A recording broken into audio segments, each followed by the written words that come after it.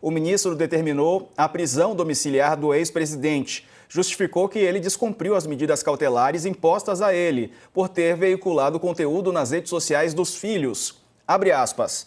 As condutas de Jair Messias Bolsonaro, desrespeitando deliberadamente as decisões proferidas por essa Suprema Corte, demonstra a necessidade e adequação de medidas mais gravosas, de modo a evitar a contínua reiteração delitiva do réu, mesmo com a imposição de medidas cautelares diversas da prisão. Fecha aspas. Já trago mais informações. Enquanto isso, Sakamoto, no fim de semana vimos que o Bolsonaro apareceu transmitindo ali para as manifestações de São Paulo e do Rio de Janeiro por videoconferência. Ele não podia sair de Brasília, porém, ele não podia veicular a imagem dele, discurso dele nas redes de terceiros. E foi o que aconteceu. E o ministro decreta prisão domiciliar, né, para Jair Bolsonaro.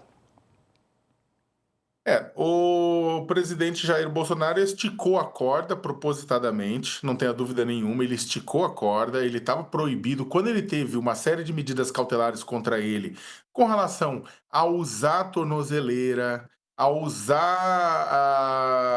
usar tornozeleira eletrônica, a não poder sair, né, da sua casa aos finais de semana, de ter um horário de recolhimento à noite, de madrugada, né, de não utilizar redes sociais.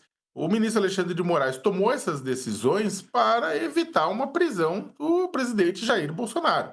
Foram decisões cautelares para evitar uma prisão de Bolsonaro, que ainda é réu no processo que julga a tentativa de golpe de Estado, dissolução violenta do Estado Democrático de Direito, organização criminosa armada, na qual ele é réu por esses crimes. Então, o que acontece? O ministro Alexandre de Moraes não queria mandar o ex-presidente Jair Bolsonaro para a prisão, exatamente para evitar a transformação de mito em mártir, né, do auto-intitulado mito para Marte. E aí o que acontece? Ele deu essas ações, ele deu essas medidas cautelares. Bolsonaro foi esticando a corda, teve todo aquele caso da entrevista, né? Que pode dar, não pode dar, né? Tudo isso mais, ficou por isso mesmo. E agora, né, o ex-presidente Jair Bolsonaro, ele gravou, ele enviou conteúdo, né? Acabou participando indiretamente através das redes de seus filhos, das redes de seus aliados, dos atos que ocorreram em várias cidades do Brasil neste domingo.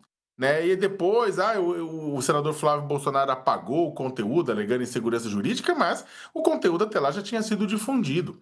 O que acontece é que a impressão, Diego, de tudo isso é que a família Bolsonaro, o clã Bolsonaro, aliados, querem o quê? Querem esticar a corda, querem provocar o Supremo Tribunal Federal para duas coisas. Ou provocar para que o Supremo garanta uma certa impunidade para Bolsonaro e aliados durante o julgamento do golpe de Estado, ou seja, esticar para que eles possam fazer o que eles quiserem, sem medo de ser presos, né, sem medo de serem punidos. Né? Por quê? Exatamente porque o Supremo está evitando uma punição, evitando mandar Bolsonaro para o chilindró antes de uma condenação colegiada, né?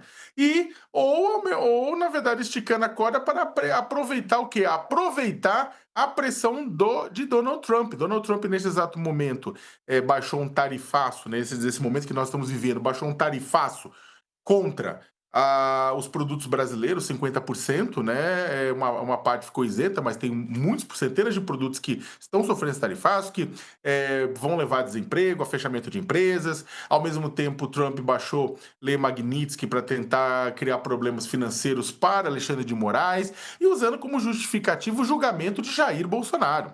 Usando como justificativa o julgamento na qual ele é réu. É claro que Trump tem interesses econômicos também, é claro que o Trump também está usando o bolsonarismo para interesses econômicos e geopolíticos, quer um aliado na presidência do Brasil e quer, na verdade, pressão, quer baixar tarifas, quer liberdade total para suas empresas Big Techs no Brasil e tantas outras coisas, mas está usando o Bolsonaro também para isso. E tá empurrando. E vê no Bolsonaro ele mesmo, né? Porque o Bolsonaro copiou a tentativa de golpe do Trump, só que lá os Estados Unidos foram menos competentes do que o Brasil para processar, para investigar, processar e julgar Trump, como o Brasil foi contra o Bolsonaro. Então, o que acontece? Há uma pressão, o Trump faz essa pressão em cima. Né? E aí o bolsonarismo no Brasil quer fazer o quê? Quer aproveitar que o Trump está de olho e está fazendo pressão para fazer com que o Supremo Tribunal Federal crie mais situações para gerar ainda mais sanções. Então, porque agora o que acontece? Com a prisão domiciliar de Jair Bolsonaro, com ele proibido de sair de casa, né, ele vai fazer o quê? Ele vai se vitimizar. Ele vai se mimimizar nesse meio tempo, vai se vitimizar, e essa vitimização será utilizada para quê? Para que os Estados Unidos dobre, né, sanções, para que abra caminho para os Estados Unidos dobrar sanções. Então, o que acontece? O Bolsonaro, ao esticar a corda aqui dentro, não é que ele cria problemas para o Supremo Tribunal Federal. Ele abre caminho para os Estados Unidos, né, e o Trump criar mais problemas ainda para o Brasil. Por quê? Porque, mas o Alexandre de Moraes é o culpado porque fez isso. Não, o Alexandre de Moraes o STF tinha colocado limites, tinha colocado balizas, o que o presidente pode fazer, o que o presidente não pode fazer. E o presidente fez o quê? Esticou a corda. O presidente Jair Bolsonaro vem esticando a corda. E aí, o que o Alexandre de Moraes fez? Ele poderia ter decretado uma prisão preventiva. Ele não decretou uma prisão preventiva, ele decretou uma domiciliar. Ele até pegou leve, no final das contas. Ele decretou uma prisão domiciliar e não uma preventiva, né? Então, o que acontece? Só que isso já vai ser o bastante para criar um problema para chegar para os Estados Unidos e se vitimizar mais ainda, e se vitimizar junto aos seus seguidores e tudo isso mais.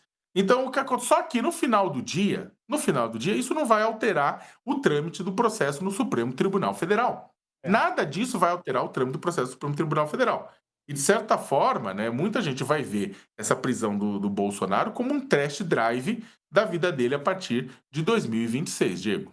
A gente tem um momento aqui, Sakamoto, em que o ex-presidente ele fala na manifestação de São Paulo pelo celular do deputado Nicolas Ferreira. Vamos ver.